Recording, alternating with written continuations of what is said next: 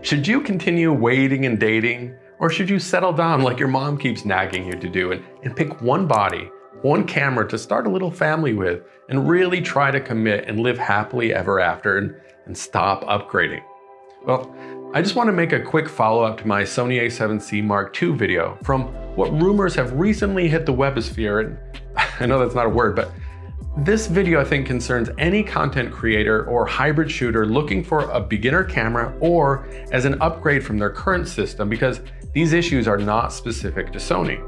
But something seems to be going on behind the scenes with the current windows of camera releases that keep getting shuffled all around, and it's a bit confusing because nothing seems to be hitting shelves when they're supposed to, or at the price they should, from all manufactured goods across the board.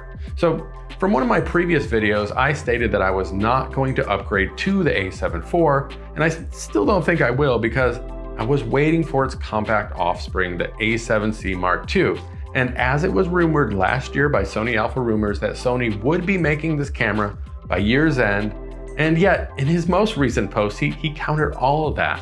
But it did confirm something from another video of mine, that there would be a new ZV1 type camera, which is super ambiguous, but I love my ZV1, so I'm interested. But it doesn't seem like an upgrade to that, just a different iteration. So whatever that could be, I'm here for it. And of course, there's talk of the A7R5, which at maybe 100 megapixels, that's just not something I'm personally interested in.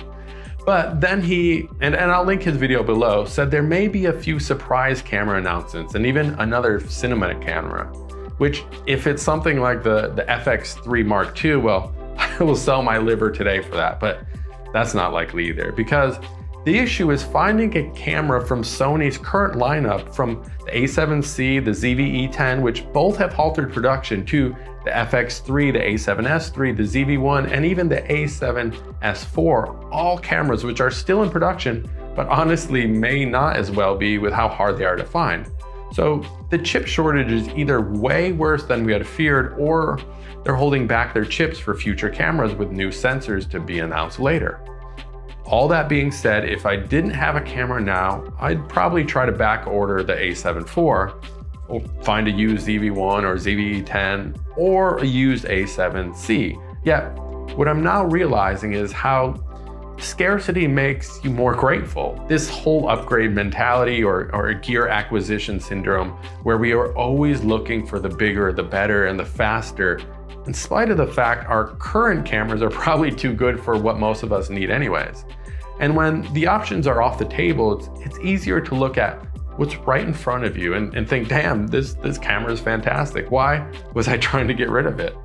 You know, sometimes dating is really fun, you know, different girls with different joys and hang-ups teaching you different lessons about yourself.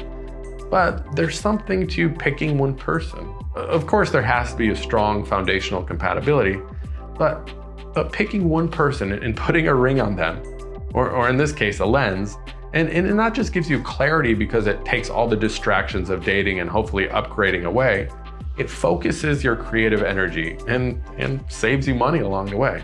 So it seems like a win-win, and I'm happy with my wife, my A7C, and maybe why you should be too.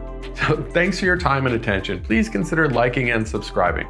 I make content to help creators create, from filmmaking tips and tools and reviews to helping you not upgrade if you don't need to.